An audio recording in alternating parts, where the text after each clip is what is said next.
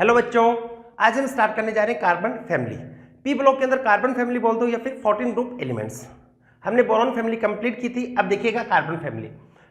सबसे पहले हम इसके एलिमेंट्स को डिस्कस करते हैं कि कार्बन फैमिली उसमें कौन कौन से एलिमेंट्स होते हैं। तो हेडिंग लिखेंगे एलिमेंट्स। एलिमेंट्स कौन से एलिमेंट होते हैं? देखो ये होते हैं ना, काशी, गए, शंकर, पर्व, ये एलिमेंट्स होते हैं। कॉन्फ़िगरेशन देखते हो तो ये वाला होता है NH2 NP2। आउटरमोस्ट का ये कॉन्फ़िगरेशन है। तो आउटरमोस्ट सेल में, वैलेंस सेल में कितने इलेक्ट्रॉन प्रेजेंट होते हैं? 4। और वैलेंस सेल में जितने इलेक्ट्रॉन होते हैं इतनी मैक्सिमम ऑक्सीडेशन स्टेट ये शो कर सकता है। तो मैक्सिमम ऑक्सीडेशन स्टेट कितनी होती है? +4। और जनरली एलिमेंट होते हैं वो अपनी हायर ऑक्सीडेशन स्टेट है इसके अंदर ही स्टेबल होते हैं। लेकिन 13, 14 और 15 में देखते हैं टॉप टू बॉटम जाने पर हायर की जगह लोअर ऑक्सीडेशन स्टेट है, इसकी स्टेबिलिटी बढ़ती है। और लास्ट वाला एलिमेंट होता है वो अपनी लोअर ऑक्सीडेशन स्टेट में ही स्टेबल होता है due to inert pair effect. ये किसके कारण है? Due to inert pair effect. Inert pair effect के कारण ये, ठीक है। अब देखो आगे बेटा, अपन बात कर रहे हैं कि इनर्ट पेयर इफेक्ट क्या होता है। इसको मैंने पीरियोडिक टेबल में बहुत डिटेल से बताया है, तो इसके लिए आप पीरियोडिक टेबल उसका लेक्चर देखना, ठीक है। मैं यहाँ पर इस चैप्टर में क्या इंपॉर्टेंट है उसके बारे में डिस्कस करते हैं। तो यहाँ पर अपन अपने जो सिलेबस में दे रखा है वो कार्बन के बारे में दे रखा है, कार्बन इसके एलोटॉप्स के बारे में दे रखा है, तो उनसे हम स्टार्ट करते हैं। तो हेडिंग लिखेंगे एलोटॉप्स ऑफ कार्बन। इसको नोट कर लीजिएगा कि कौन सा एलिमेंट है। इसके बाद में लिखेंगे एलोटॉप्स of carbon. एलोटॉप्स of carbon,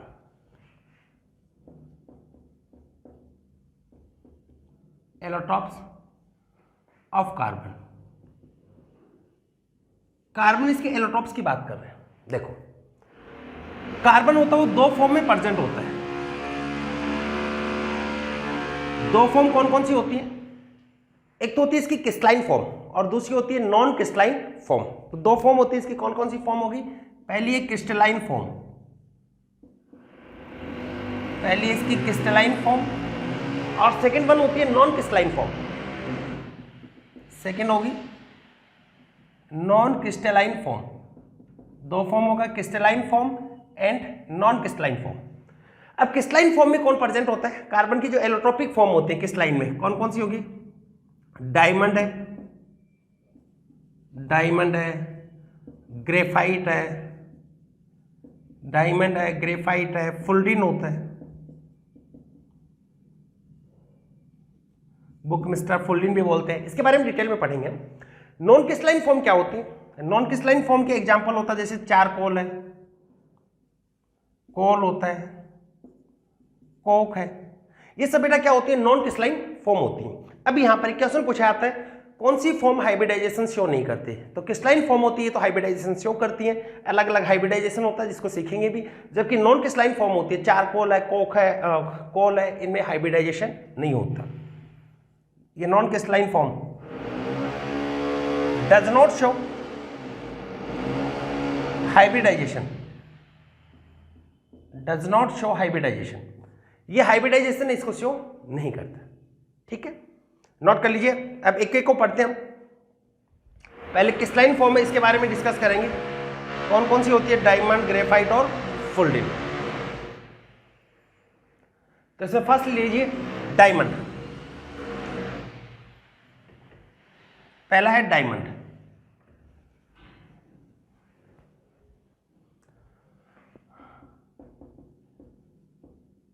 diamond की बात कर रहे हैं। अब देखो डायमंड है कार्बन की एलोट्रोपिक फॉर्म है। डायमंड होता क्या है बेटा? डायमंड है ये कार्बन है वो इस टाइप से प्रेजेंट होता है, हार्ड फॉर्म में प्रेजेंट होता है, इस टाइप से क्रिस्टलाइन होता है। इसकी चारों वैलेंसी किससे कंप्लीट होगी? कार्बन से।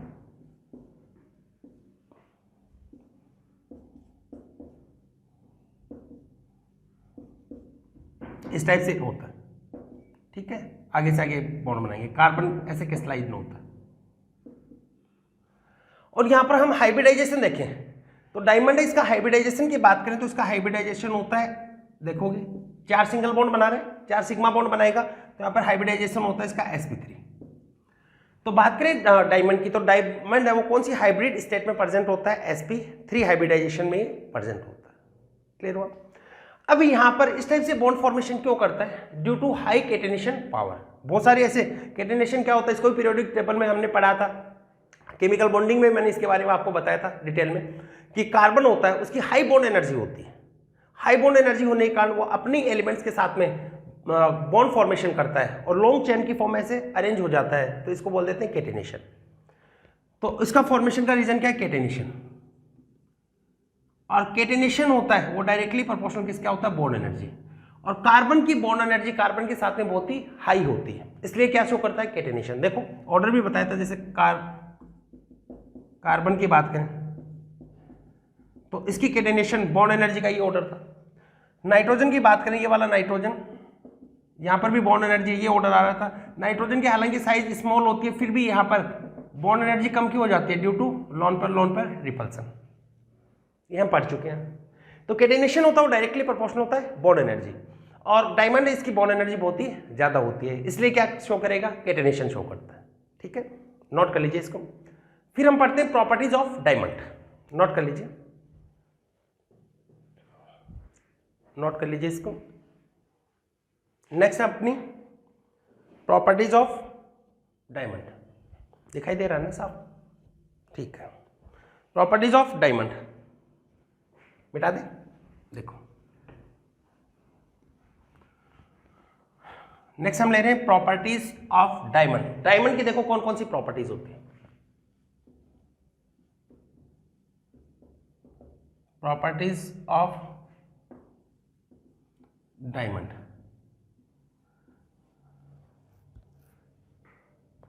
तो प्रॉपर्टीज ऑफ डायमंड में बात करें तो डायमंड होता है बेटा लेस रिएक्टिव होता है। लेस रिएक्टिव होता है इसका मतलब मोर स्टेबल होता है, हाईली स्टेबल होता है।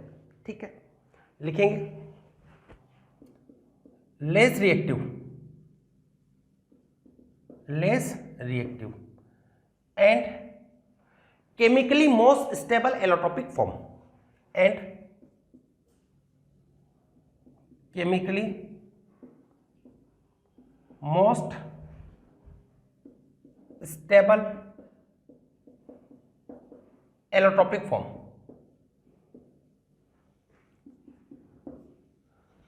ये बेटा केमिकली क्या होता है? मोस्ट स्टेबल होता है due to high bond energy. ठीक है, साथ में इसकी बात करें तो इसका मेल्टिंग पॉइंट बहुत ही ज्यादा होता है। इसकी मेल्टिंग पॉइंट की बात करें तो ऑलमोस्ट होता है इसका 4000 के आसपास होता है, यानी 3800 के आसपास होता है डिग्री सेंटीग्रेड। तो ये कह सकते हो high melting point, high melting point, और वो लगभग होता 3800 डिग्री सेंटीग्रेड। और बेटा इसकी डेंसिटी बहुत ही हाई होती है। डेंसिटी इक्वल टू क्या होता है? Mass upon volume. तो मास ज्यादा होगा, कॉम्पैक्ट पैक होते हैं, डेंसिटी बहुत ही ज्यादा होती है, और डेंसिटी ज्यादा होने के कारण इसमें हार्डनेस भी बढ़ जाती है। तो ये भी कह सकते हैं हम डेंसिटी वो डायरेक्टली प्रोपोर्शनल होगी हार्डनेस। हार्ड होने के कारण इसका यूज अब्रेसिव एजेंट के तौर पर होता है। ठीक है, जैसे कांच वगैरह को कट करना हो, ग्लास उसको कट करना हो, तो इसको काम में लेता है। लिखेंगे used as an abrasive agent.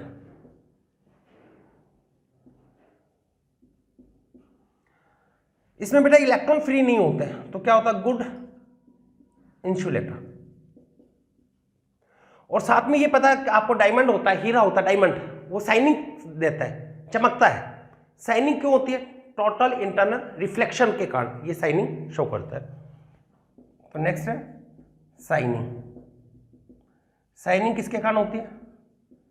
Due to total internal reflection.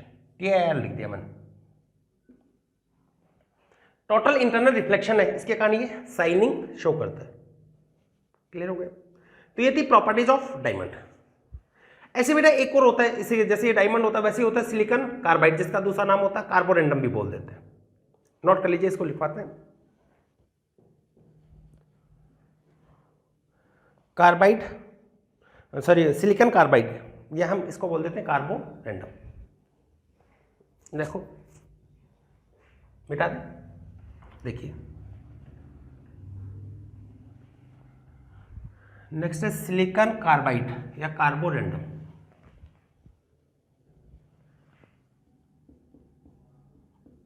Silicon carbide oblique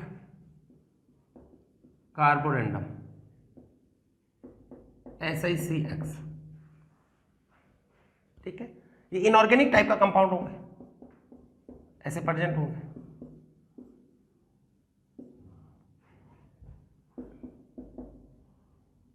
फिर इसकी वैलेंसी 4 कार्बन से कंप्लीट होती है, वही इसी टाइप का, और इसकी वैलेंसी को ऐसे कंप्लीट कर लेना। तो यहां पर भी बेटा आप देखोगे तो इसके लिए इसका हाइब्रिडाइजेशन चेक करोगे तो इसका भी हाइब्रिडाइजेशन क्या होता है, sp3। ठीक है, इसको क्या बोलोगे, SiC। ये SiC क्या होगा, कार्बोरेंडम बोल देते हैं, या सिलिकॉन कार्बाइड होता है। ठीक है, नोट कर लीजिए इसको। ये आइसोस्ट्रक्चरल किसका आइसोस्ट्रक्चरल है, डायमंड है, इसका आइसोस्ट्रक्चरल होता है, नोट कर लीजिए, आइसोस्ट्रक्चरल ऑफ डायमंड। और बना सकते हो, ऐसे बनाना चाहो तो, जैसे सिलिकॉन कार्बाइड है और कार्बन लगा दिया ऐसे।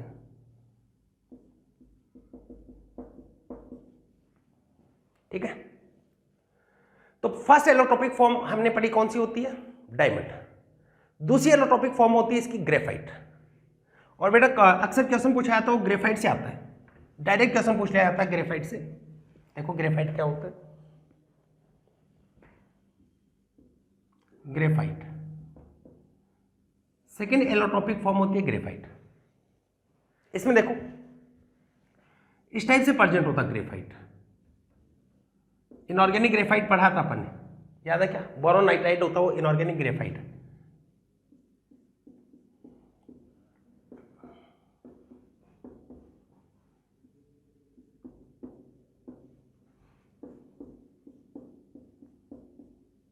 इस टाइप से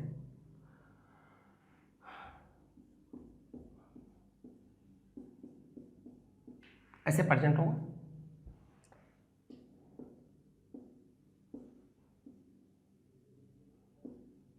इस टाइप से पाई बॉन्ड प्रेजेंट होता है।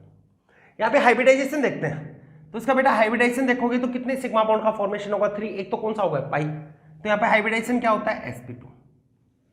ठीक है, ये जो लेयर है ऐसी लेयर इसके ऊपर और बनेगी, यहां पे जो लेयर है ना वैसी लेयर यहां पे और बनेगी इसी टाइप से।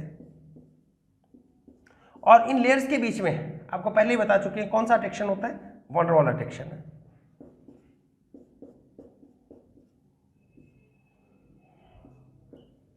इस टाइप से प्रेजेंट होगी।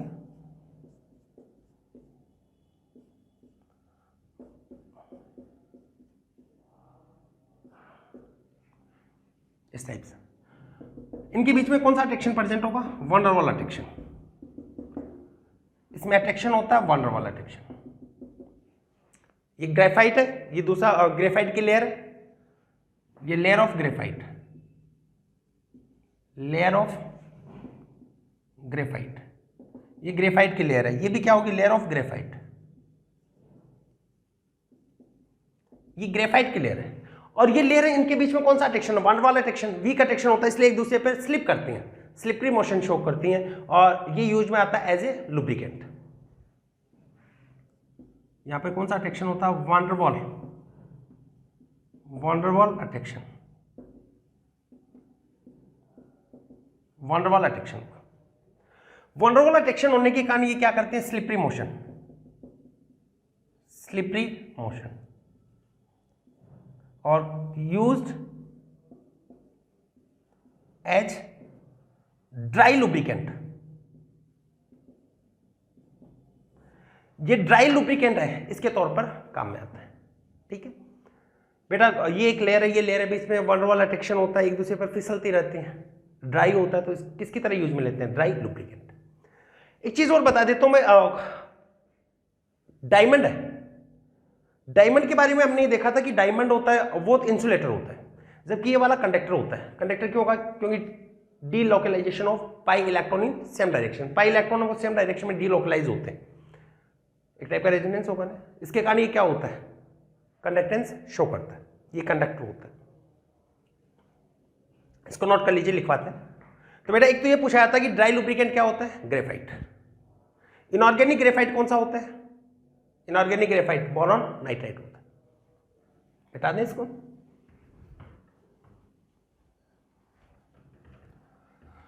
तो एक तो यूज में किसकी तरह यूज में आता है, ड्राई लुब्रिकेंट की तरह बिहेव करता है। साथ में क्या होता है, कंडक्टर होता है। ये होता है कंडक्टर। ग्रेफाइट शो कंडक्टेंस, या ये क्या है, कंडक्टर। कंडक्टर होने का रीजन क्या है, due to delocalization of pi electron in same direction. Due to delocalisation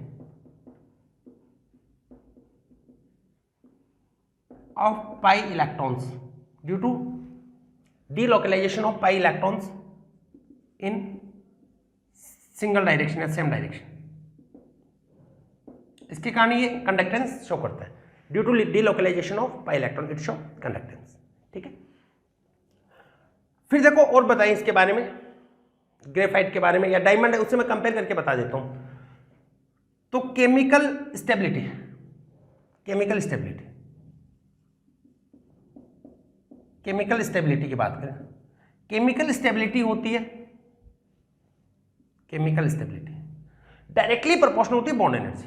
ये डायरेक्टली प्रोपोर्शनल होता है बॉन्ड एनर्जी। और केमिकल स्टेबिलिटी ग्रेफाइट और डायमंड में किसकी ज्यादा होगी, डायमंड में तो सारे बॉन्ड कौन से होते हैं, sigma bond. Sigma bond is more stronger than pi bond, इसलिए केमिकल स्टेबिलिटी किसकी ज्यादा होती है, डायमंड की। Diamond is greater than graphite.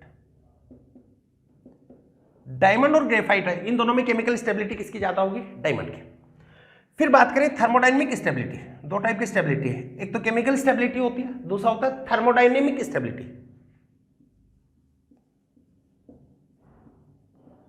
Thermodynamic stability, और बेटा थर्मोडायनेमिक स्टेबिलिटी होती है वो ज्यादा होती है ग्रेफाइट की। क्यों होती है वो बता रहे हैं, ग्रेफाइट है इसकी ज्यादा होगी कंपेयर टू डायमंड। देखो ऐसा क्यों हुआ, क्योंकि डायमंड को जब ग्रेफाइट में कन्वर्ट करते हैं तो एक्जोथर्मिक प्रोसेस है, और एक्जोथर्मिक प्रोसेस से जो भी कंपाउंड बनता है उसकी थर्मोडायनेमिक स्टेबिलिटी हाई होती है। तो बेटा यहां पर हम ये करें, ग्रेफाइट है उसको अगर आपने डायमंड में कन्वर्ट किया तब तो डेल्टा एच होता है पॉजिटिव एंडोथर्मिक, और अगर डायमंड है उसको आपने कन्वर्ट किया ग्रेफाइट में तो यहां पर हीट रिलीज होती है, प्रोसेस कौन सी होगी, एक्जोथर्मिक। ये वाला होगा एक्जोथर्मिक। और compound which is form through exothermic process is thermodynamically more stable. तो ध्यान में रखना केमिकल स्टेबिलिटी किसकी ज्यादा होगी, डायमंड की, और थर्मोडायनेमिक स्टेबिलिटी किसकी ज्यादा होगी, ग्रेफाइट की। क्यों होगी, क्योंकि डायमंड को जब ग्रेफाइट में कन्वर्ट करते हैं तो प्रोसेस होती है वो एक्जोथर्मिक होती है। नोट कीजिएगा इसको।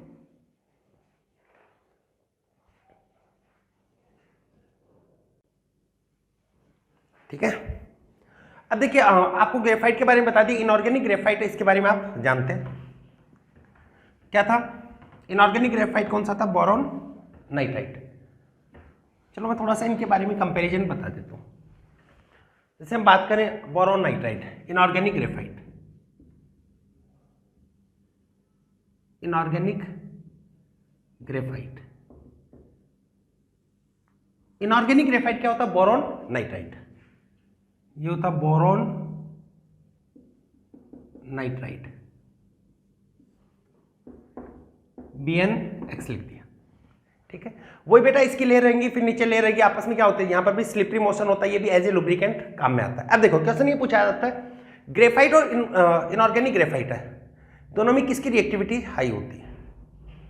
तो आपको ये बताइए, रिएक्टिविटी की बात करें, रिएक्टिविटी, तो आपको यहां पे रिएक्टिविटी के लिए बेटा पहले भी मैं बता चुका हूं आपको, बॉन्डिंग के अंदर भी polar bond is more reactive than non polar bond. Reactivity के लिए क्या देखा जाता है, बॉन्ड है उसकी polarity, polar bond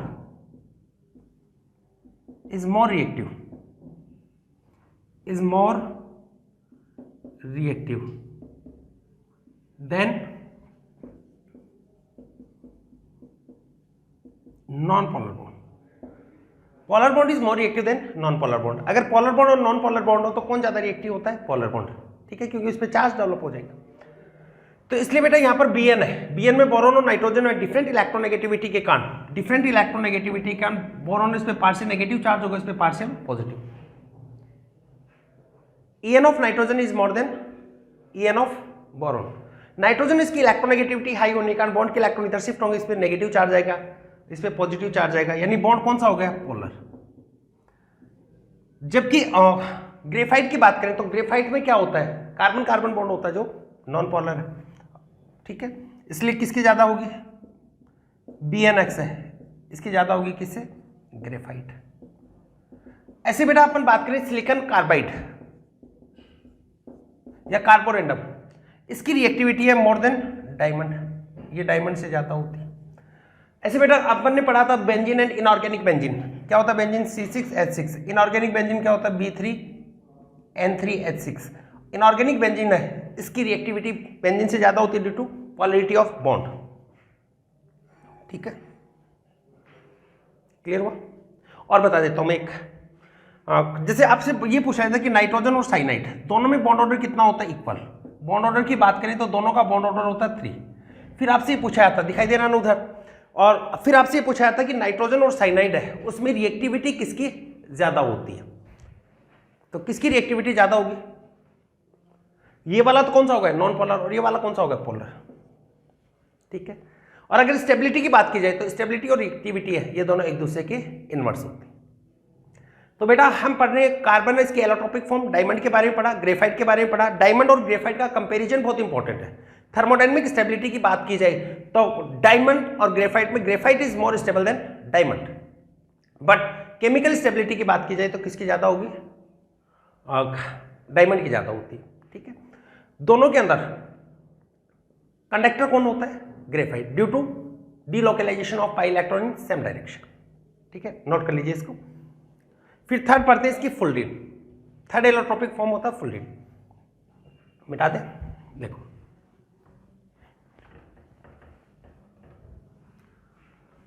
third allotropic form लिखेंगे इसकी फुल्डीन।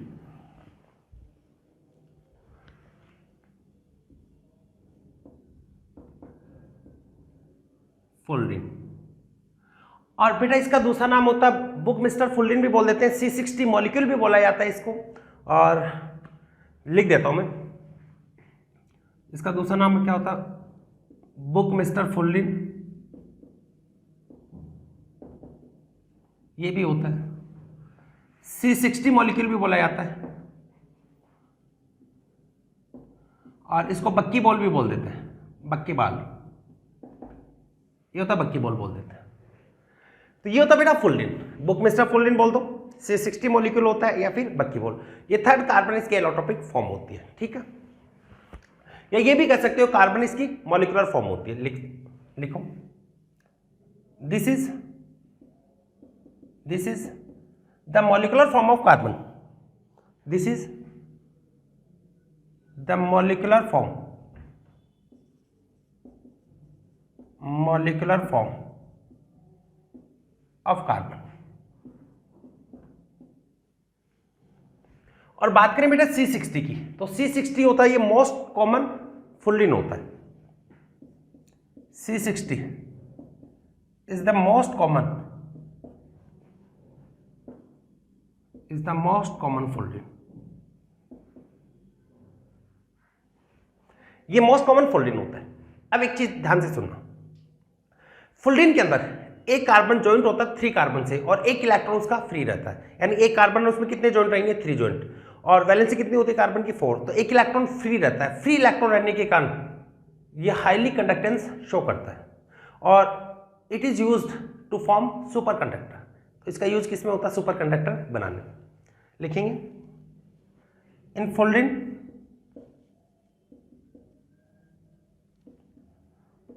One carbon is joined through 3 carbon and one unpaired electron remain free. तो in fluorine 1 carbon is joined through 3 carbon,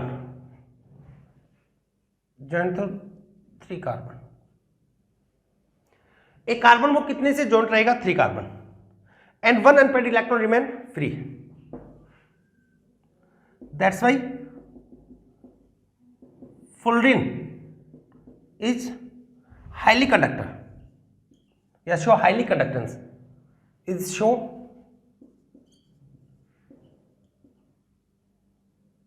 is conductor लिख देता हूं मैं, जैसे fullerene is conductor and show highly conductance due to presence of free electrons, free electron की presence के कारण, and it is used, आगे लिख देता हूं मैं, and it is used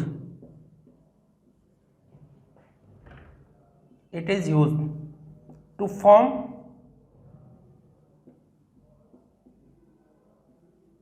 super conductor,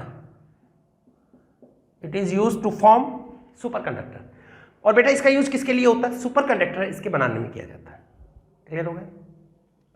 और ये भी बता सकते हैं फुल्लिन इसका फॉर्मेशन कार्बन ग्रेफाइट है, ग्रेफाइट से भी बना सकते हो फुल्लिन, इलेक्ट्रिक डिस्चार्ज से।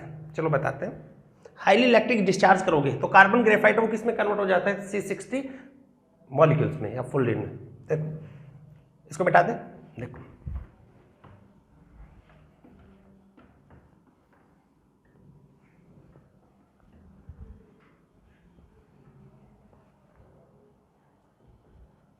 देखो कार्बन ग्रेफाइट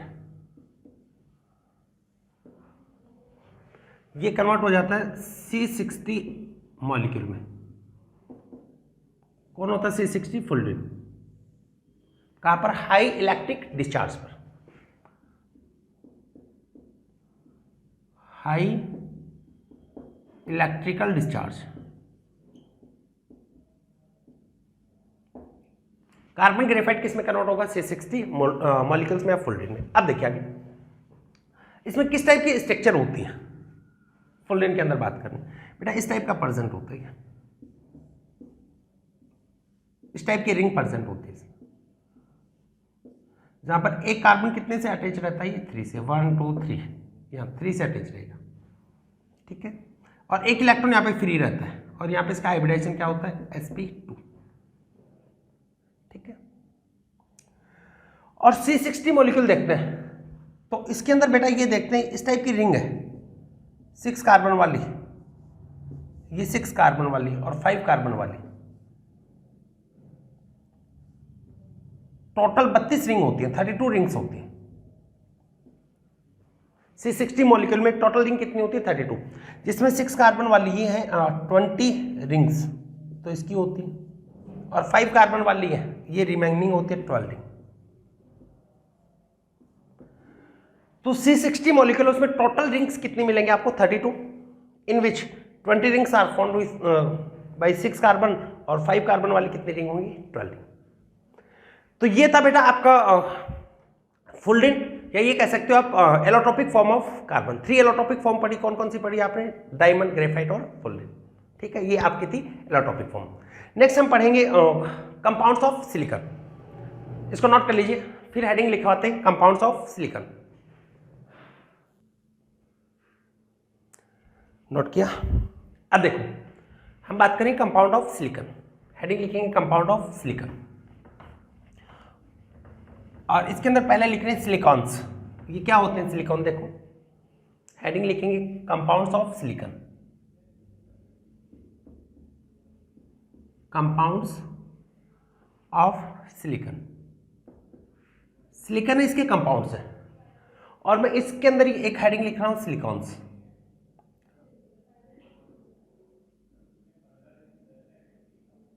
सिलिकॉन्स, देखो सिलिकॉन्स क्या होता है?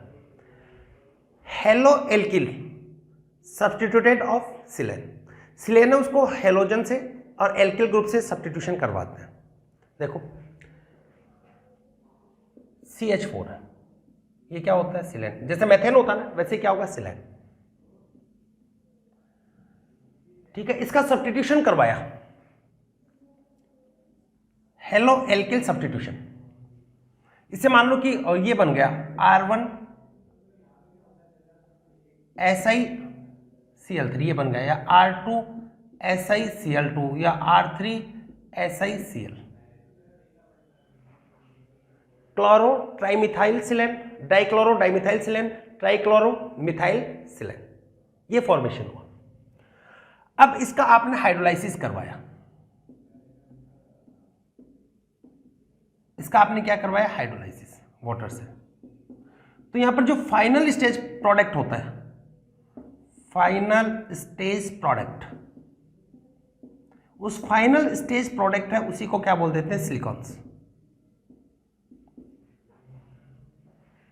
तो इनके हाइड्रोलाइसिस से जो बनता फाइनल स्टेज प्रोडक्ट उसका नाम होता है सिलिकॉन्स। या लिखना चाहो तो थ्योरी लिख लेना, these are the final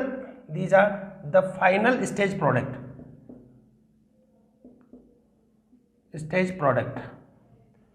of hydrolysis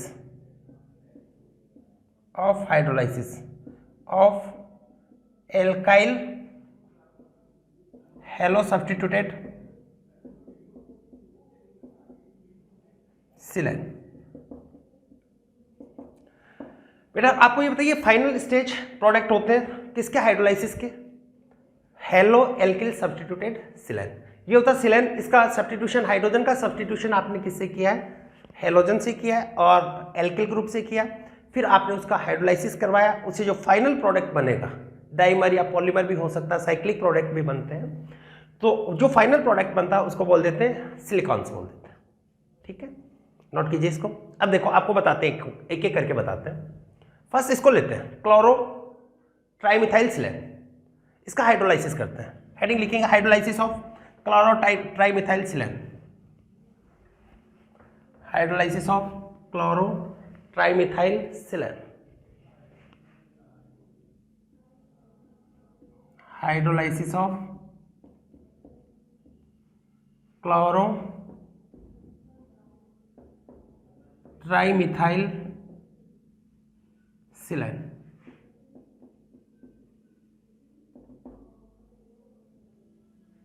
इसका हाइड्रोलाइसिस करवाना है, hydrolysis of chloro trimethyl saline. क्या होता है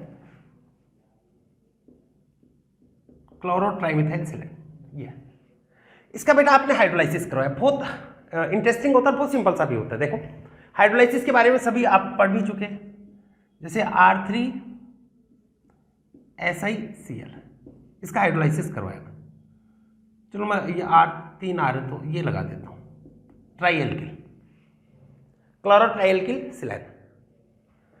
अब इसका मैं हाइड्रोलाइसिस करवाता हूं तो वाटर होगी तो NSR होगा, न्यूक्लियोफिलिक सब्स्टिट्यूशन होगा, SN2 मैकेनिज्म होगा। वाई? क्योंकि सिलिकॉन वो थर्ड पीरियड का होता है, थर्ड पीरियड के पास में क्या होता है, वैकेंट डी ऑर्बिटल,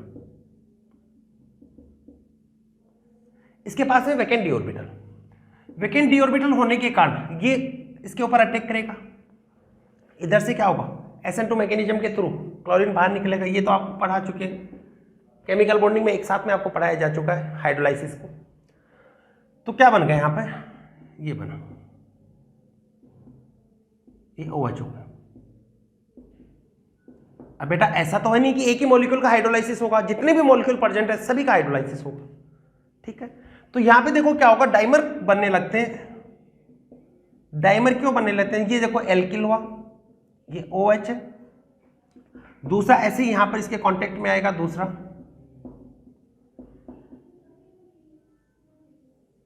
ये वाटर मॉलिक्यूल एलिमिनेट होगा और SiO ये बॉन्ड का फॉर्मेशन हो जाता है। टू मॉलिक्यूल्स ऐसे आपस में अटैच हो गए,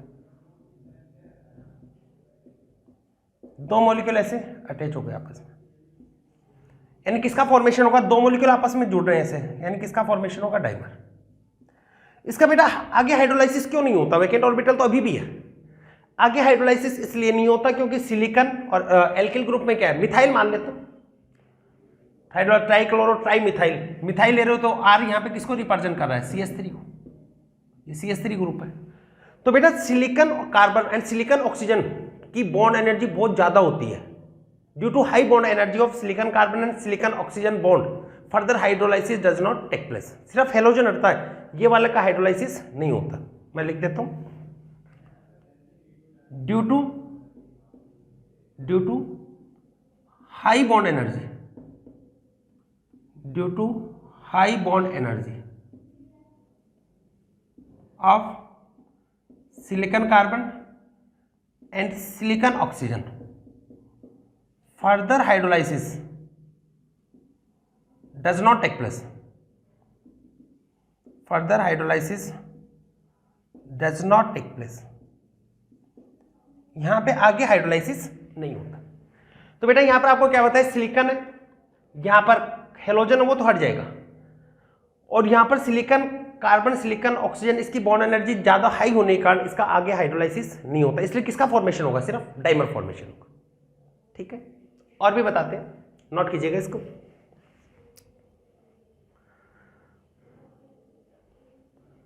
नोट कर लिया। नेक्स्ट देखो, hydrolysis of dichloro dimethyl saline, hydrolysis of dichloro dimethyl saline, hydrolysis of dichloro dimethyl saline, इसका हाइड्रोलाइसिस बताते थे। डाइक्लोरो डाइमिथाइल सिलाइन,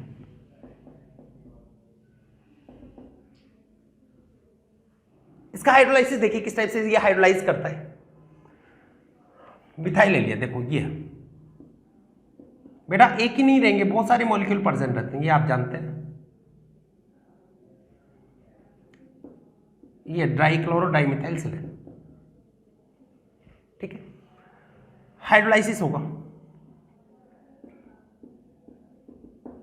ये अटैक करेगा, फिर यहां से Cl निकलेगा, OH जुड़ जाएगा, Cl SiOH CH3 फिर से हाइड्रोलाइज हो जाएगा, क्योंकि हेलोजन है वो सिलिकॉन के साथ में प्रेजेंट होता है, वो तो हाइड्रोलाइसिस में पार्टिसिपेट करेगा।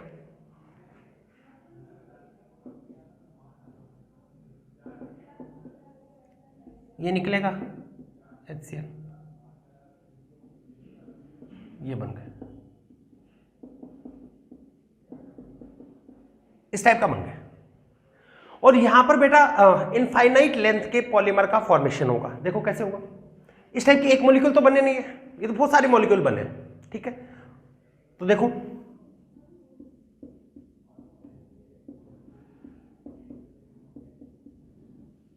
इस टाइप के मॉलिक्यूल है,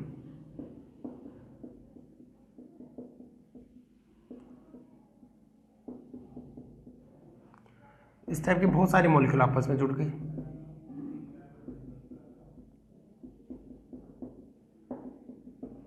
ऐसे मॉलिक्यूल जुड़ रहे हैं, तो इनमें भी क्या होगा, आगे से वाटर मॉलिक्यूल एलिमिनेट होता जाएगा,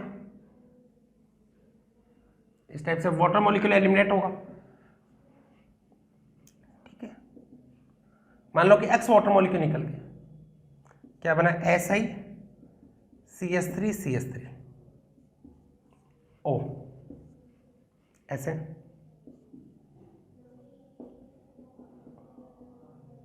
CH3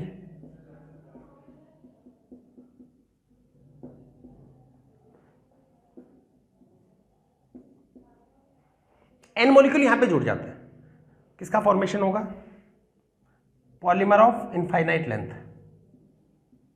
polymer of infinite length, infinite length के पॉलीमर का यहां पे फॉर्मेशन हो जाता है। अब मेरे को ये एक चीज बताओ, अगर आपको फाइनाइट लेंथ का पॉलीमर बनाना है तो यहां पर बेटा अपने को ऐड करना होगा, इससे पहले क्या लिया था, क्लोरो ट्राइमिथाइल सिलाइन,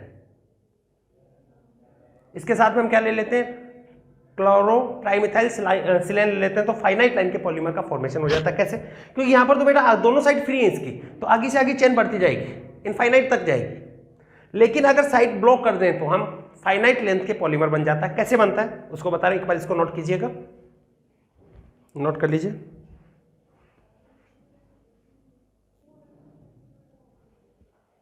मिटा दें, तो अब हम ले रहे हैं बेटा दोनों के मिक्सचर, और मिक्सचर से किसका फॉर्मेशन होता है, लिमिटेड लेंथ के पॉलीमर का फॉर्मेशन हो जाता है। देखो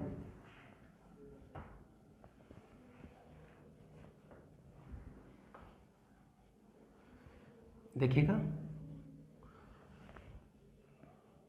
नोट लगा के लिखो,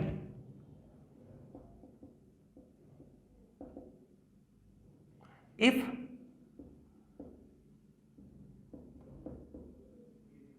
mixture of chloro trimethylsilane and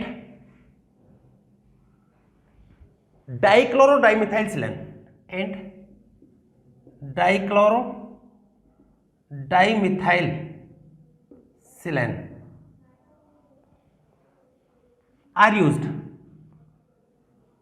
are used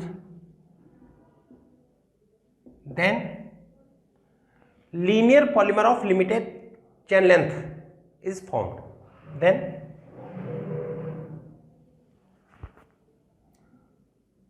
limited length linear polymer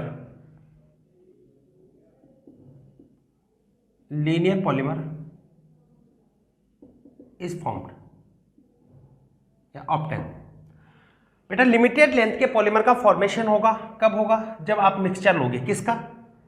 क्लोरोट्राइमिथाइलसिलेन का और डाइक्लोरोडाइमिथाइलसिलेन का। देखो जैसे आपके पास में ये ट्राइक्लोरोट्राइमिथाइलसिलेन, तो इसके ऊपर तो एक ही साइड फ्री रहती है, जैसे ये ले लिया ये Cl, ठीक है, क्लोरोट्राइमिथाइलसिलेन।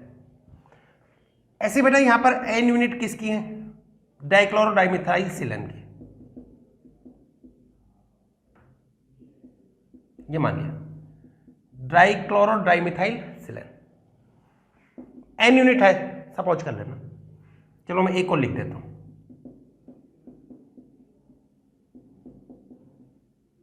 फिर यहां पे ये आ गया क्लोरोट्राइमिथाइलसिलेन।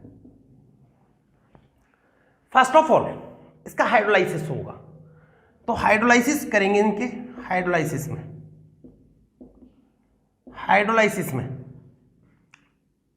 NH2 लिया, ये इस पे अटैक करेगा, Cn निकलेगा due to presence of vacant orbital, ठीक है। हेलोजन यहां से रिप्लेस हो जाएगा किससे? OH से। तो क्या बनेगा देखो, CH3SiOH, CH3CH3 ऐसे जुड़ेगा। तो जिस भी सिलिकॉन के पास में आ जाएगा वो साइट होगी, वो ब्लॉक हो जाएगी। देखिए कैसे, क्योंकि उसके पास में तो एक ही फ्री साइट होती है ना, और वो फ्री साइट है, वो बॉन्ड फॉर्मेशन में आ जाएगी। ये होगा SiCH3CH3CH3। तो यहां पे बेटा देखोगे ये वाटर मॉलिक्यूल निकलेगा, तो ये चैन इधर नहीं बढ़ेगी, अब ये तो ब्लॉक हो गई इधर से। ये वाली बीच वाली तो बढ़ती जाएगी, आपको उसको लिमिट करना है तो और ये वाला मिलाओगे इधर से, तो इधर भी क्या हो गया, ब्लॉक हो गया। एक्स वाटर मॉलिक्यूल निकल के मान लेते हैं, क्या बन गया? CH3SiCH3CH3। बेटा कंट्रोल हो गया ना ये, सॉरी लिमिटेड लेंथ की पॉलीमर का फॉर्मेशन हो गया, क्योंकि ये वाली साइड इधर भी ब्लॉक हो गई, वो साइड भी ब्लॉक हो गई।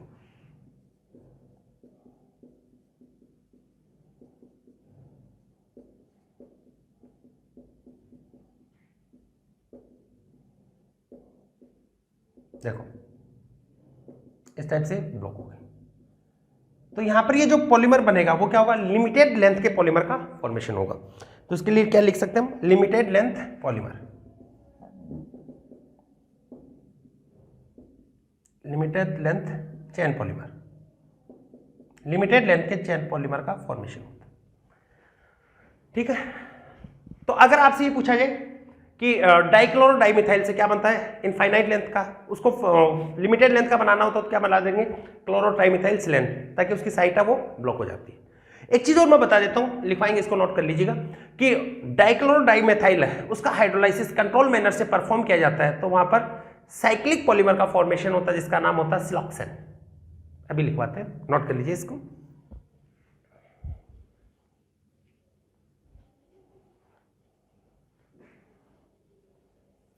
नोट कर लिया?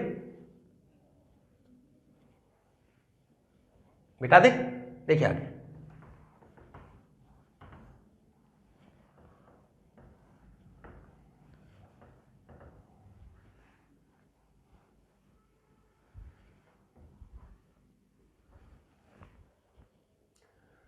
क्या बताया आपको नोट के अंदर? क्या बताया एक बार से फिर से मैं बोल देता हूं, डाइक्लोरोडाइमिथाइलसिलेन है, इसका हाइड्रोलाइसिस कंट्रोल मैनर से आप परफॉर्म करोगे तो यहाँ पर एक साइक्लिक स्ट्रक्चर का फॉर्मेशन होगा, साइक्लिक पॉलीमर इसका फॉर्मेशन हो जाता है।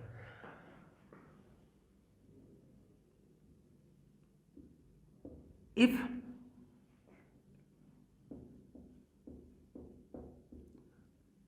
hydrolysis of dichloro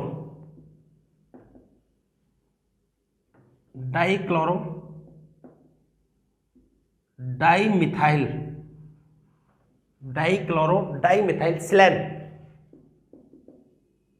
silane if hydrolysis of dichloro dimethyl silane is performed by controlled manner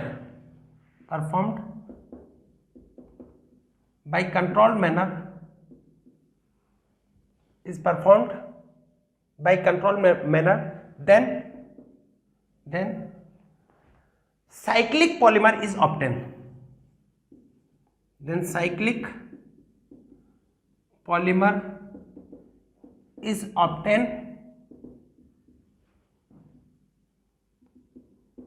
Which is known as siloxane, जिसका नाम क्या होगा? सिलोक्सेन, जिसका नाम होता है सिलोक्सेन। अगर डाइक्लोरो डाइमिथाइल सिलेन है उसको कंट्रोल मैनर में आप लोगे तो वहां पे क्या होगा? एक साइक्लिक पॉलीमर बन जाएगा जिसका नाम होता है सिलोक्सेन। ठीक है, देखो जैसे बेटा ये था आपके पास में Cl,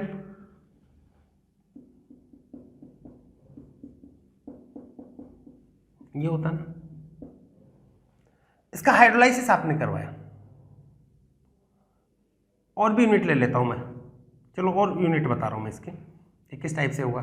SI Cl Cl CS3 CS3 इस टाइप से बहुत सारी यूनिट है। कंट्रोल मैनर में इसका हाइड्रोलाइसिस करवा रहे हैं। चलो मैं एक बार इधर ही लिख देता हूं। मान लो कि 3 यूनिट लिया आपने, मैंने ये सपोज किया 3 या 4 भी हो सकते, ये आपने लिया, इस टाइप की यूनिट बनाई आपने, और इसका आपने करवाया हाइड्रोलाइसिस। 3 वाटर मॉलिक्यूल लिया, 6 होंगे ना, 6 वाटर मॉलिक्यूल। तो वाटर यहां पर अटैक करेगा, Cl निकलेंगे, और Cl की जगह पे क्या जाएगा? OH। Silicon oxygen silicon carbon bond है, ये हाइड्रोलाइज नहीं होता due to very high bond energy. यहां पे बेटा ये बना SI OH OH CS3 CS3 इस टाइप से, HOSI कंट्रोल मैनर से करवाओगे तो इस टाइप के बनेंगे, OH SI OH OH CS3 CS3 इस टाइप से। देखो ये फर्स्ट वाला है वो ऐसे घूमकर कहां पे आ जाता है? इसी वाला लास्ट वाले का टर्मिनल और फर्स्ट वाले का टर्मिनल एक दूसरे के पास में आ जाते हैं, और यहां से क्या होगा? वाटर मॉलिक्यूल निकलेगा। तो यहां पर ये क्या होगा? आपस में सारे कनेक्ट हो गए, किसका फॉर्मेशन होगा? एक साइक्लिक स्ट्रक्चर, और इसका नाम क्या होता है? सिलोक्सेन। ये बन गया,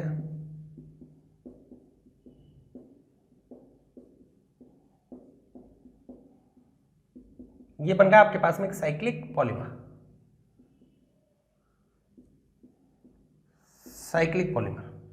जिसका नाम क्या होता है? सिलोक्सेन। साइक्लिक पॉलीमर का फॉर्मेशन हो जाता है जिसको हम क्या बोल रहे हैं? सिलोक्सेन। ये हो गया आपका सिलोक्सेन। ठीक है बेटा, तो हमने 2 का हाइड्रोलाइसिस पढ़ा। किस किस का हाइड्रोलाइसिस किया? एक तो किया क्लोरो ट्राइमिथाइल सिलेन, जिससे डाइमर बनेगा।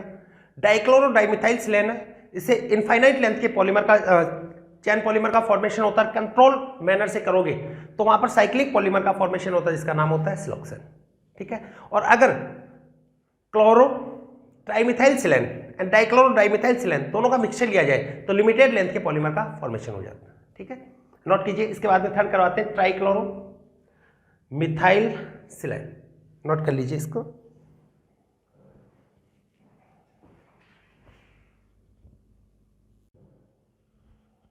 नेक्स्ट हाइड्रोलाइसिस है ट्राइक्लोरो मिथाइल सिलेन। देखो यहां पर क्रॉस लिंक पॉलीमर का फॉर्मेशन होता है, कैसे फॉर्म होगा इसको बताएंगे। हेडिंग लिखिएगा, हाइड्रोलाइसिस ऑफ ट्राइक्लोरोमिथाइल सिलेन।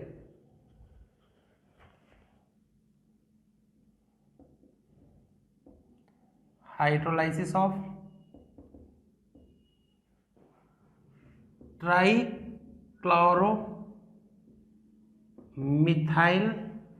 सिलेन, इसका हाइड्रोलाइसिस देखिएगा, किस टाइप से इसका हाइड्रोलाइसिस किया जाता है। ये होता है बेटा ट्राइक्लोरो, इस टाइप से इसका हाइड्रोलाइसिस आपको करना है। तो इसका बेटा हाइड्रोलाइसिस करते हैं तो एक बार एक वाटर मॉलिक्यूल आएगा, ड्यू टू वैकेंट ऑर्बिटल ये निकलेगा, क्या निकलेगा, HCl, क्या बनेगा, Cl Si OH Cl CH3। ऐसे मैंने किया 2 टाइम्स मोर, 2 बार ऐसे ही किया तो Cl फिर निकल जाएगा, तो आपके पास में क्या बचेगा, OH Si OH OH CH3। अब इस टाइप की बहुत सारी मॉलिक्यूल्स प्रेजेंट रहेंगे, ऐसा तो नहीं कि एक ही मॉलिक्यूल रहेगा, यहाँ पर बहुत सारी मॉलिक्यूल प्रेजेंट है। तो देखो इस टाइप से प्रेजेंट रहेंगे और फिर आपस में देखो किस टाइप से क्रॉस लिंक करते हैं।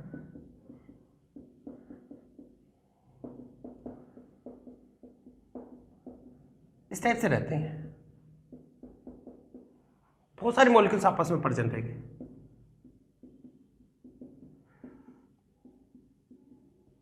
इस टाइप से देखो और ऐसे प्रेजेंट रहेंगे।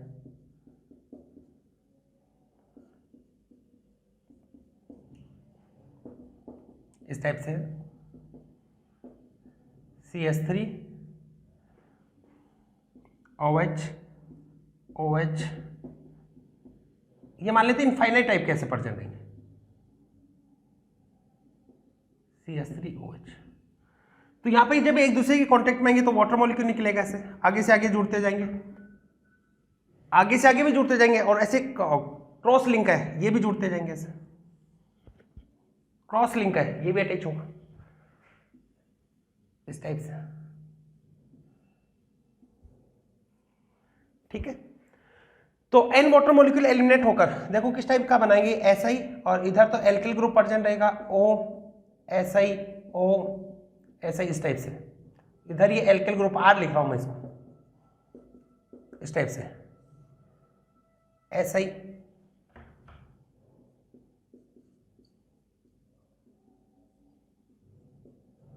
Si, इस टाइप से, ये एल्किल ग्रुप है, शायद नीचे तक नहीं दिखाई दे रहा होगा, आप अपने से भी बना सकते हैं इसको।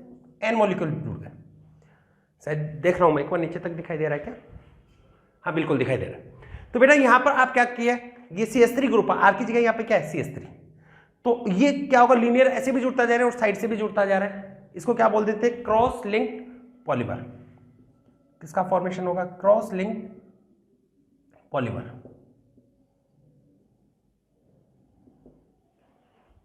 ठीक है। और बेटा एक चीज और बता देते हैं आपको, एक बात और बताते हैं कि ये पॉलीमर है, यहाँ पे जो भी हमने पॉलीमर बनाए ये प्लास्टिक इंडस्ट्री में वाइडली यूज्ड होते हैं। Polymer of silicon is widely used in plastic industry. क्यों होते हैं उसका भी रीजन बताइए, नोट कीजिए इसको।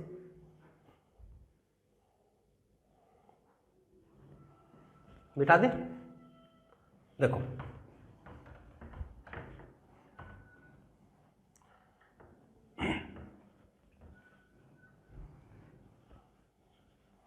लिखेंगे polymer of silicon are widely used in plastic industry. Polymer of silicon, polymer of silicon are widely used, are widely used in plastic industry, in plastic industry due to किसके कारण widely use होता है plastic industry में, क्या reason है, first बता रहा हूं मैं इसका, bond energy of silicon oxygen और सिलिकॉन कार्बन बहुत हाई होती है, इसलिए क्या होता है, केमिकली इनर्ट होता है, आगे किसी से रिएक्ट करेगा ही नहीं। ठीक है, bond energy of silicon oxygen and silicon carbon is very high, is very high. That's why silicons are chemically inert. That's why silicons, that's why they are chemically inert. साथ में बेटा ये हीट रेजिस्टेंट प्लास्टिक होते हैं। ठीक है, second है heat resistant plastic. साथ में इलेक्ट्रिकल इंसुलेटर होते हैं, इसलिए जो भी अपना मान लो कि प्लास वगैरह जो भी आप लेते हो और जहाँ पे भी इलेक्ट्रिकल वर्क करते हैं, तो उसके जो भी आप ले रहे हो बना तो लोहे का ही रहता है, होता तो कंडक्टर, लेकिन उस पर कवरिंग कर दी जाती है प्लास्टिक की, क्योंकि वो क्या होता है, इलेक्ट्रिकल इंसुलेटर होते हैं, इनकी भी कवरिंग करते हैं, क्योंकि ये क्या होता है, इलेक्ट्रिकल इंसुलेटर।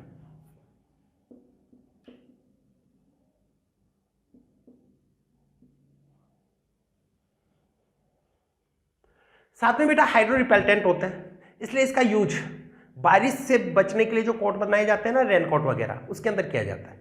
क्यों? क्योंकि इसके सरफेस पे क्या होता है, मिथाइल ग्रुप प्रेजेंट होता है, और मिथाइल क्या होता है, हाइड्रो रिपेल्टेंट होता है। लिखेंगे फोर्थ पॉइंट,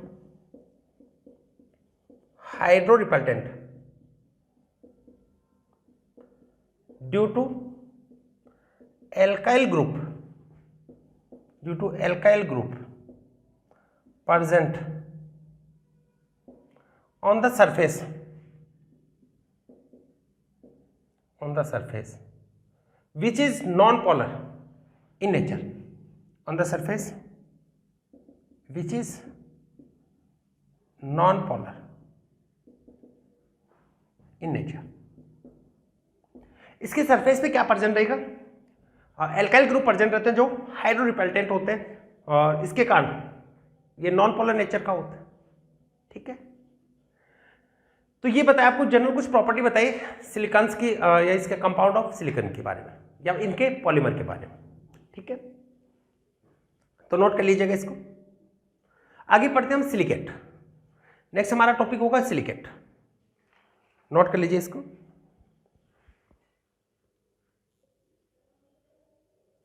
लिखिए सिलिकेट। बेटा सिलिकेट्स के बारे में भी बहुत बार क्वेश्चन पूछा जा चुका है, तो नेक्स्ट अपना टॉपिक है सिलिकेट्स। देखो सिलिकेट्स क्या होते हैं, वैसे तो आपको ये पता ऑक्सी एसिड है, उसका एक का क्या बनता है, 8, तो वही होगा सेम सिलिकेट्स। हेडिंग है सिलिकेट्स।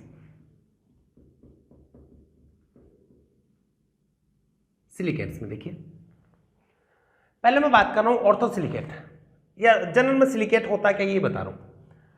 जैसे ये H4SiO4 क्या होता है, या SiOH whole 4, silicic acid, silicic acid एक एसिड। अगर यहां पर हाइड्रोजन हट जाते हैं तो किसका फॉर्मेशन होगा, SiO4 4 नेगेटिव, किसका फॉर्मेशन होगा, सिलिकेट। 8 बन गया, एक का क्या होता है 8, तो सिलिसिक एसिड से क्या होगा, सिलिकेट, सिलिकेट आयन बन गया। अब देखो इसी का नाम क्या लिख सकते हो, ऑर्थोसिलिसिक एसिड। देखो ये है SiOH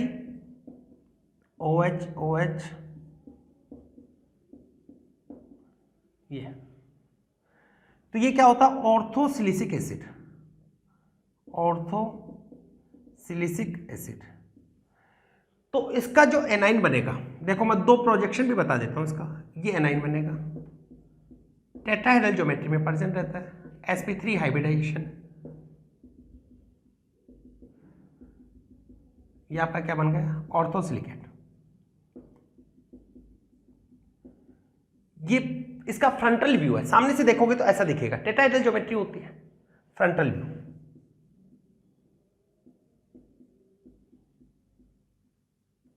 अगर इसका प्लेन प्रोजेक्शन या टॉप बॉटम व्यू देखो तो ऐसा दिखाई देता है। ऐसे ऊपर से देखोगे ना, ऐसे सामने से देखा तब तो ऐसा दिखाई देगा, ऊपर से देखोगे टॉप बॉटम व्यू देखोगे ऐसे तो देखो ऐसे दिखाएगा, ये सिलिकॉन है, ऐसे लगेगा ये ऑक्सीजन इस सिलिकॉन के ऊपर धसी हुई है ऐसे, इस टाइप से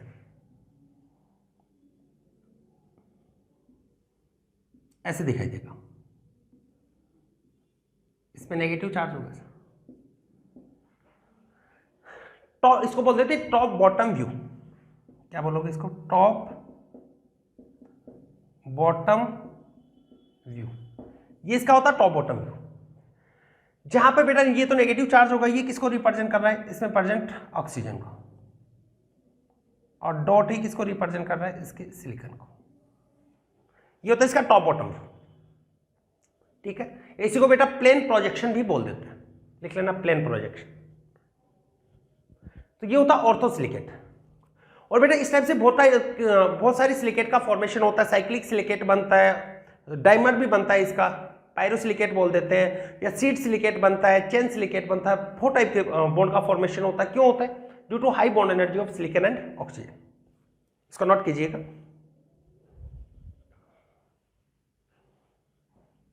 लिखवा देते हैं, मिटा दें इसको।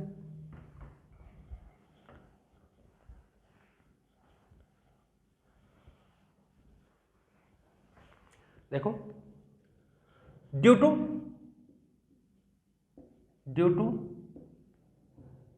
High bond energy, due to high bond energy of silicon and oxygen, of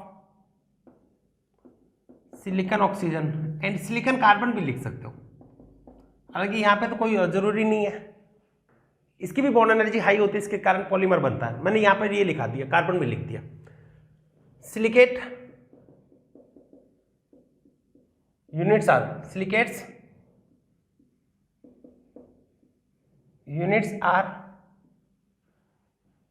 associated in various pattern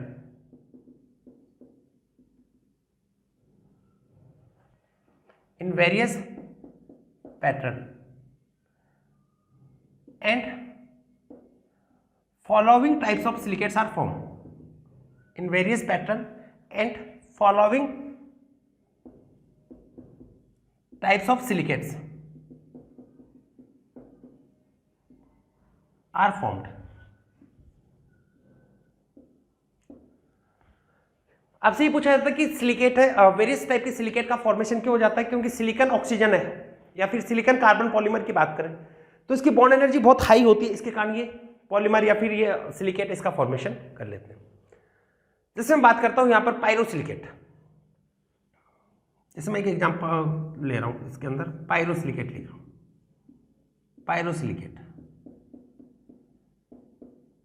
पायरोसिलिकेट्स, pyro word कब आता है? जब दो ऑक्सी एसिड लेते हैं, हीट करके एक वाटर मॉलिक्यूल एलिमिनेट कर देते हैं तो क्या आता है? पायरो वर्ड आता है। देखो ये लिया H4SiO4, इसके दो मॉलिक्यूल लिया। ये सिलिसिक एसिड, ये आपने लिया सिलिसिक एसिड, इसके दो मॉलिक्यूल लिया। आपने इसको हीट किया और एक वाटर मॉलिक्यूल एलिमिनेट कर दिया, क्या बनेगा? H6Si2O7। इसका नाम क्या होगा? पायरोसिलिसिक एसिड। और इसका एनाइन होगा, वो क्या होगा? पायरोसिलिकेट। देखो मैं पूरा स्ट्रक्चर से बता देता हूं, ध्यान दीजिएगा। ये दे रखा, मान लो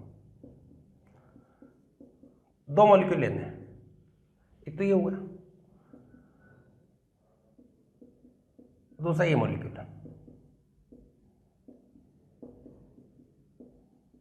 दो मॉलिक्यूल लिए, इसको आपने हीट किया और एक वाटर मॉलिक्यूल के एलिमिनेट कर दिया इसे।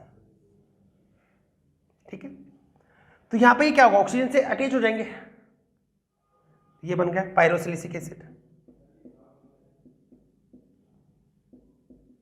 जहां पर एक कॉर्नर है वो कॉमन रहेगा, टेट्राहेड्रल स्ट्रक्चर में रहेंगे, एक कॉर्नर है वो कॉमन रहेगा, किसके थ्रू? ऑक्सीजन के थ्रू।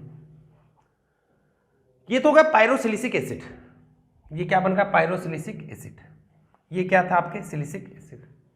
एनाइन बनाओगे तो H प्लस ये हटा दो, क्या बन गया,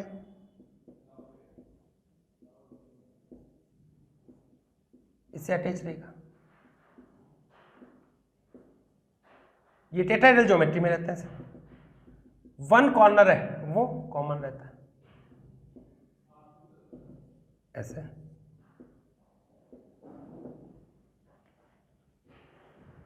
ठीक है, तो यहां पर टेट्राहेड्रल ज्योमेट्री होती है जिसके अंदर ये वाला कॉर्नर है, ये क्या रहता है, कॉमन, ये कॉमन रहता है। ये बेटा इसका टॉप बॉटम व्यू भी देखो आप, तो कैसा व्यू होगा, बेटा के ऊपर लिख देता हूं मैं इसको, देखो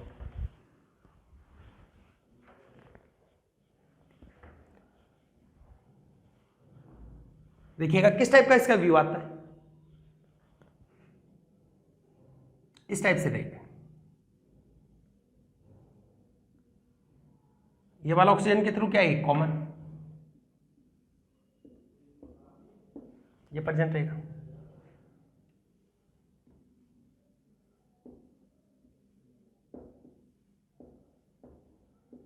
तो इसका नाम क्या होगा, पायरोसिलिकेट। तो बेटा ये क्या बन गया आपका, पायरोसिलिकेट, ये हो गया पायरोसिलिकेट। और इसी का दूसरा नाम क्या होता है, सोरोसिलिकेट होता है। इसी को क्या बोल देंगे, सोरोसिलिकेट, सोरोसिलिकेट। पायरोसिलिकेट है, इसी का दूसरा नाम क्या होता है, सोरोसिलिकेट। ठीक है, तो बेटा वैसे तो एनसीईआरटी में ये दे रखे हैं आपको, ऑर्थोसिलिकेट है, पायरोसिलिकेट है, लेकिन कई बार साइक्लिक सिलिकेट है, उसके बारे में भी पूछ लिया जाता है। तो देखो, हालांकि चेन सिलिकेट होता है वो नीट सिलेबस में नहीं दे रखा है, तो फालतू का पढ़ने से कोई मतलब भी नहीं है। तो बेटा मैं आपको एक चेन सिलिकेट के बारे में और बता देता हूँ, इसको नोट कर लीजिए कि चेन सिलिकेट है वो क्या होता है, सॉरी साइक्लिक सिलिकेट है वो क्या होगा। आगे देखिए, ये बेटा कई बार है ना इसका यही पूछ लिया जाता है कि फॉर्मूला क्या होगा, तो क्या होगा, Si2O7 और कितना नेगेटिव होगा, 6 नेगेटिव, ये होता है पायरोसिलिकेट। नेक्स्ट लिखेंगे साइक्लिक सिलिकेट, बेटा देखो साइक्लिक सिलिकेट है, इसके बारे में भी और बता देते हैं।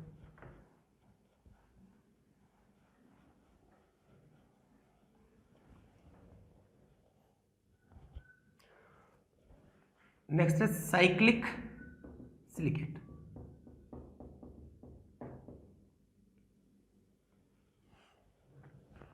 यहां पर ऑक्सीजन एटम है वो शेयर रहते हैं, और एक यूनिट के यहाँ 2 ऑक्सीजन एटम शेयर रहते हैं, एक फ्री रहता है। तो मैं ये लिख सकता हूं shared covalency, shared covalency of oxygen atom, shared covalency of oxygen atom होता है 2। फिर बात करें इसकी जनरल फॉर्मूला, जनरल फॉर्मूला ये होता है जनरल फॉर्मूला SiO3 N-2, ठीक है, N इसके नंबर को बता देगा। जैसे मैं मान लिया कि N इसकी वैल्यू ले ली 3, N की वैल्यू मैंने कितना लिया, N इक्वल टू अगर मैंने 3 ले लिया, या पहले मान लिया 3 लिया, तो क्या बनेगा Si3O9 और 6 नेगेटिव, ये होगा, मैं या -6 लिख देता हूं। N इक्वल टू 4 ले लिया मान लो आपने, तो क्या बनेगा Si4O12 -8, ठीक है। अगर बेटा मैं इसकी इन दोनों की स्ट्रक्चर और बता देता हूं, इसकी स्ट्रक्चर देखिएगा कैसी होगी, ये होता है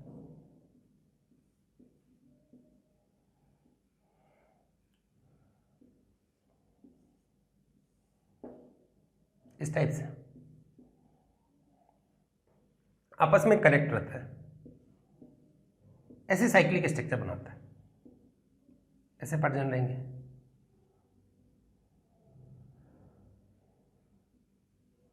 इस टाइप से पैटर्न रहेंगे, ठीक है।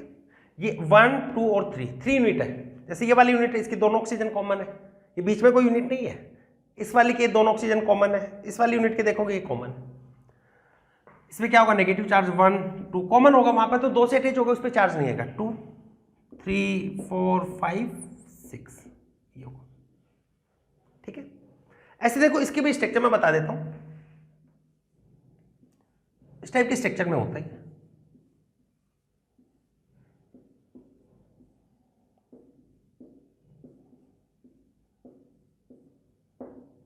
ये 4 यूनिट है, ये फ्री वाले पे नेगेटिव चार्ज होगा। ठीक है, तो यहां पे क्या होगा, 2 ऑक्सीजन होते हैं वो शेयरिंग में रहती है। नोट कर लीजिए इसको। चलो एक क्वेश्चन करवाता हूं मैं।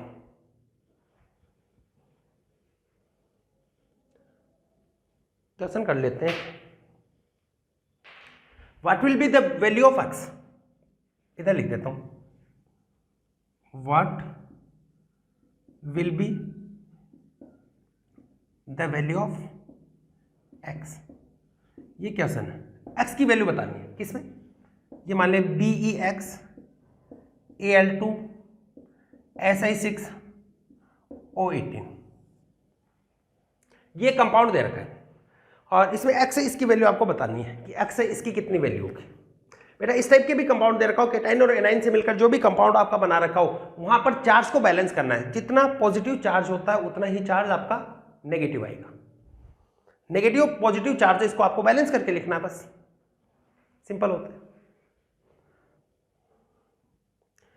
जैसे मैंने यहां पे बात की SiO8, ये नेगेटिव होगा, ये वाला केटाइन है, ये तो हम जानते हैं एल्यूमिनियम और बेरिलियम है, ये तो मेटल, इसके ऊपर क्या होता है, पॉजिटिव चार्ज होता है और इस पे क्या होगा, नेगेटिव। अब यहाँ पे देखो कॉमन यूनिट क्या है, Si3O9, सॉरी SiO3N2N नेगेटिव, तो यहाँ पर वैल्यू कितनी है, N की वैल्यू कितनी आ गई, 6, ये हो गया ना, N की वैल्यू 6 रखोगे। यहाँ पर बेटा N = 6 रखा आप, N = 6 तो क्या बनेगा, Si6O18 और -12, ये तो बना। इसका मतलब ये नेगेटिव चार्ज कितना आपका है, 6O18 -12, टोटल नेगेटिव चार्ज कितना है, -12। ठीक है, एक एल्यूमिनियम पे कितना चार्ज होता है, 3 होता है, 2 एल्यूमिनियम है, ये हो गया, इसमें +6 है। इसका मतलब बेरिलियम है, इसमें भी कितना होगा, +6 बेरिलियम से आएगा, और एक बेरिलियम पे कितना होता है, +3, तो कितने बेरिलियम लेने पड़ेंगे, 2, ये तो होगा ना। एक एल्यूमिनियम पे 3 होता है, टोटल कितना होगा, 6, एक बेरिलियम पर सॉरी कितना होता है, 2, तो बेरिलियम कितने लेने पड़ेंगे, टोटल 12 लाने ना, जितना केटाइन बनेगा उतना ही एनाइन होगा, तो कितने बेरिलियम लेने पड़ेंगे, 3, तो x = आपके पास में कितना आ गया, 3। ठीक है, तो बेटा ये था आपके पास सिलिकेट। ज़्यादा बताएंगे तो बेटा थोड़ा सा ब्लॉक केमिस्ट्री में बच्चे बोर भी होने लगते हैं, कंसेप्ट फिर मिस होने लगते हैं, तो मैं लेक्चर इसको यहीं पे स्टॉप कर रहा हूँ। बाकी काम पढ़ेंगे नेक्स्ट लेक्चर के अंदर। और भी सिलिकेट है उनके बारे में पढ़ेंगे, 3D सिलिकेट होते हैं, जियोलाइट होते हैं, सभी चीज़ मिक्स नहीं हो जाए, इसलिए मैं यहीं पर आज के लेक्चर को स्टॉप करता हूँ। मिलते हैं नेक्स्ट लेक्चर में। All the very best.